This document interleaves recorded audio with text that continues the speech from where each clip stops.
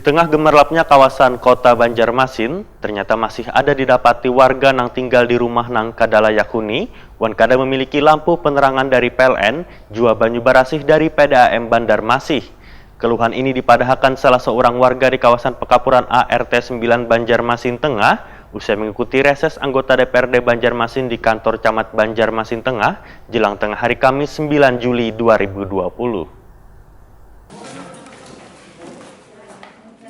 Di tengah gemerlapnya kawasan kota Banjarmasin ternyata masih ada didapati warga yang tinggal di rumah nang kada layak huni, wan kada memiliki lampu penerangan dari PLN, jua banyu barasih dari PDAM Banjarmasin. Keluhan ini dipadahkan Nur Hamidah, seorang warga di kawasan Pekapuran A, RT 9 Banjarmasin Tengah, lawan Prima TV, usai mengikuti reses anggota DPRD Banjarmasin di kantor Camat Banjarmasin Tengah, jelang tengah hari Kamis 9 Juli 2020. Menurut Nur Halimah, warga di sekitar mengkhawatirkan terjadinya musibah nang kada diinginkan lantaran pemilik rumah nang kada layak huni tersebut menerangi rumahnya dengan menggunakan lampu templok atau lilin. Nur Halimah pun berharap adanya perhatian dari pemerintah wan bebuan wakil rakyat nang duduk di DPRD. Ada keluarga di RT 9, rumahnya tuh sudah Kelurahan Sungai Baru, rumahnya tuh sudah hendak hancur lah kayak itu nah. Belampu kadada, beledeng kadada. Jadi tetangga pun kadada memberikan ibaratnya tuh solusi yang memberi lampu. Maka kan kalau ibaratnya kita memiliki lilin atau apa kan, kalau keapian kayak apa? Maka gangnya halus, misalnya terjadi api, halus tuh sudah menyala kemana-mana sudah. Jadi kan kadada lambat lah memadamkannya kayak itu nah.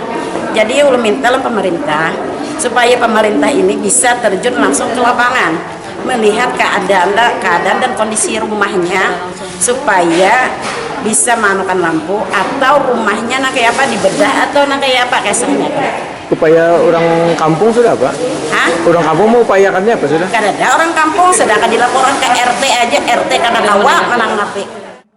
Anggota DPRD dari Dapil Banjarmasin Tengah, Gusti Yasni Iqbal, menyatakan secepatnya untuk berkoordinasi dengan Komisi 4 nang membidangi masalah pendidikan, kesehatan wan sosial untuk bersama-sama melakukan peninjauan ke lapangan. Politisi Partai Gerindra ini pun berjanji akan mengajak anggota Dewan dari pemilihan Banjarmasin Tengah untuk membantu warga nang dalam kesulitan tersebut.